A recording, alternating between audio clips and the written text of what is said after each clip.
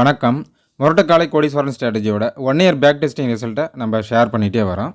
பாயிண்ட்ஸில் பார்க்கும்போது ஒரு வருஷத்துக்கு 90,000 பாயிண்ட்ஸ் ப்ராஃபிட் தர மாதிரியான பேக் டெஸ்டிங் ரிசல்ட்டை நம்ம ஷேர் பண்ணோம். ஸோ அதுதான் நம்மளுடைய கமிட்மெண்ட்ஸு. பர்சன்டேஜில் பார்க்கும்போது ஒரு மாதத்துக்கு 50% வீதம் 12 மாதத்துக்கு 600% ப்ராஃபிட் தர மாதிரியான பேக் டெஸ்டிங் ரிசல்ட்டை நம்ம ஷேர் பண்ணோம். ஸோ இதுதான் நம்மளுடைய கமிட்மெண்ட்ஸு.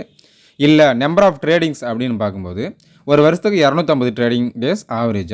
அப்போது 250 ட்ரேடிங் டேஸ் அப்படிங்கிற போது ஒரு 500 ட்ரேடிங் தர மாதிரியான ஒரு வருஷத்துக்கு பேக் டெஸ்டிங் ரிசல்ட்டை நம்ம ஷேர் பண்ணோம். ஸோ ஆக்சுவலாக இதுதான் நம்மளுடைய கமிட்மெண்ட்ஸ். இதுக்கு முன்னாடி நம்ம பார்ட் 1 பார்ட் 2 அப்படின்னு சொல்லிட்டு நம்ம 2 பதிவு போட்டிருக்கோம். ஸோ பார்ட் 1ல் 40 ட்ரேடிங்கில் 15,000 பாயிண்ட்ஸ் ப்ராஃபிட் தர மாதிரியான பேக் டெஸ்டிங் ரிசல்ட்டை நம்ம ஷேர் பண்ணியிருக்கிறோம். அதே நேரத்தில் பார்ட் 2ல் 78 ட்ரேடிங்கில் 16,500 பாயிண்ட்ஸ் ப்ராஃபிட் தர மாதிரியான பேக் டெஸ்டிங் ரிசல்ட்டை நம்ம ஷேர் பண்ணியிருக்கிறோம். இது வந்து பார்ட் 3. ஸோ இந்த பார்ட் 3ல் எத்தனை ட்ரேடிங் தரான், எத்தனை பர்சன்டேஜ் ப்ராஃபிட் தரான், இல்லை எத்தனை பாயிண்ட்ஸ் ப்ராஃபிட் தரான் அப்படிங்கிறத நம்ம பார்க்கலாம். வழக்கம் போல் தான் முதல்ல நம்ம ஸ்ட்ராட்டஜியோட ஸ்க்ரீன்ஷாட்டை நம்ம சேவ் பண்ணி வச்சுக்கணும். ஸோ அப்படி பார்க்கும்போது நான் 76 ஸ்க்ரீன்ஷாட்டை நான் சேவ் பண்ணி வச்சுருக்கிறேன். 21 + 3 24 ஸ்க்ரீன்ஷாட் இங்கே, 20 + 3 23 ஸ்க்ரீன்ஷாட் இங்கே, 9 + 3 12 ஸ்க்ரீன்ஷாட் இங்கே, 14 + 3 17 ஸ்க்ரீன்ஷாட் இங்கே. கரெக்டுங்களா? அப்போ ஆக மொத்தம் வந்து பார்த்திங்கன்னா 76 ஸ்க்ரீன்ஷாட்டை நான் சேவ் பண்ணி வச்சுருக்கிறேன். இந்த பேட்டர்ன் ஒரு வருஷத்துக்கு 76 ட்ரேடிங் கொடுத்துருக்குறான். இந்த 76 ட்ரேடிங்கில் ஓவராலாக பார்க்கும்போது 20,250 பாயிண்ட்ஸ் ப்ராஃபிட் கொடுத்துருக்குறான். ஸோ ப்ராஃபிட் மட்டுமே பார்க்கும்போது 31,000 பாயிண்ட்ஸ் கொடுத்துருக்குறான்.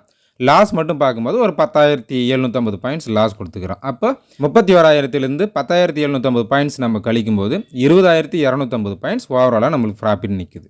சரிங்களா? அப்போ 20,000 பாயிண்ட்ஸ். பார்ட் 1ல் நம்ம ஒரு 15,000 பாயிண்ட்ஸ் ப்ராஃபிட் புக் பண்ணதாக ஷேர் பண்ணியிருந்தோமா? பார்ட் 2ல் 16,500 பாயிண்ட்ஸ் ப்ராஃபிட் புக் பண்ணதாக நம்ம ஷேர் பண்ணியிருந்தோமா? அப்போ 31,000 பாயிண்ட்ஸ். இந்த பார்ட் 3ல் ஒரு 20,000 பாயிண்ட்ஸ். ஆக மொத்தம் 51,000 பாயிண்ட்ஸ் ப்ராஃபிட் தர்ற மாதிரியான நம்ம பேக் டெஸ்டிங் ரிசல்ட்டை நம்ம ஷேர் பண்ணியிருக்கிறோம். கரெக்டுங்களா? ஆனால் நம்மளுடைய கமிட்மெண்ட்ஸ் என்ன? 90,000 பாயிண்ட்ஸ் ப்ராஃபிட் புக் பண்ணுற மாதிரியான பேக் டெஸ்டிங் ரிசல்ட்டை நம்ம ஷேர் பண்ணோம். கரெக்டுங்களா? அப்போது இன்னும் 40,000 பாயிண்ட்ஸ் ப்ராஃபிட் புக் பண்ணுற மாதிரியான பேக் டெஸ்டிங் ரிசல்ட்டை அடுத்தடுத்த பதிவில் நான் உங்களுக்கு ஷேர் பண்ண போகிறேன். பாயிண்ட்ஸில் பார்க்கும்போது 50,000 பாயிண்ட்ஸுக்குரிய டேட்டாஸை நம்ம பேக் டெஸ்டிங் ரிசல்ட்டை நம்ம ஷேர் பண்ணியிருக்கிறோம். இதுவே நம்பர் ஆஃப் ட்ரேடிங்ஸ் அப்படின்னு பார்க்கும்போது 500 ட்ரேடிங் தர மாதிரியான பேக் டெஸ்டிங் ரிசல்ட்டை நம்ம ஷேர் பண்ணணுமா ஒரு வருஷத்துக்கு? அப்போது பார்ட் 1ல் 40 ட்ரேடிங்கில் குறிய டேட்டாவை நம்ம ஷேர் பண்ணியிருப்போம். பார்ட் 2ல் 78 ட்ரேடிங்குரிய டேட்டாவை நம்ம ஷேர் பண்ணியிருப்போம். ஸோ 80 ட்ரேடிங் அப்படின்னு வச்சுப்போம். இதில் வந்து ஒரு 76 ட்ரேடிங். ஆக மொத்தம் இதுவும் ஒரு 80ன்னு வச்சுப்போம். 80 160 ஃபஸ்ட்டு ஒரு 40. ஆக மொத்தம் 200 ட்ரேடிங். ஒரு வருஷத்துக்கு 200 ட்ரேடிங் தர மாதிரியான பேக் டெஸ்டிங் ரிசல்ட்டை நம்ம ஷேர் பண்ணியிருக்கோம் முரட்டுக்காலை ஸ்ட்ராட்டஜியோடது. இது வந்து நம்பர் ஆஃப் ட்ரேடிங்ஸில்.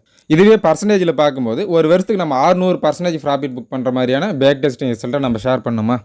அப்போ இந்த 50,000 பாயிண்ட்ஸ் அப்படிங்கிறபோது ஒரு மாதத்துக்கு 25லேருந்து 30% ப்ராஃபிட் தர்ற மாதிரியான பேக் டெஸ்டிங்.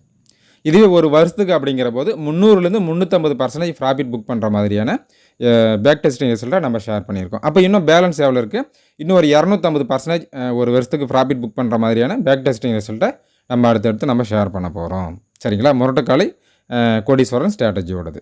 இது வரைக்கும் நான் ஷேர் பண்ணியிருக்கிற எல்லா பேட்டர்னுமே எல்லா ஸ்ட்ராட்டஜியுமே ஒரு குறிப்பிட்ட டைமில் ஃபார்ம் ஆகிற மாதிரியான பேட்டர்ன்ஸ்.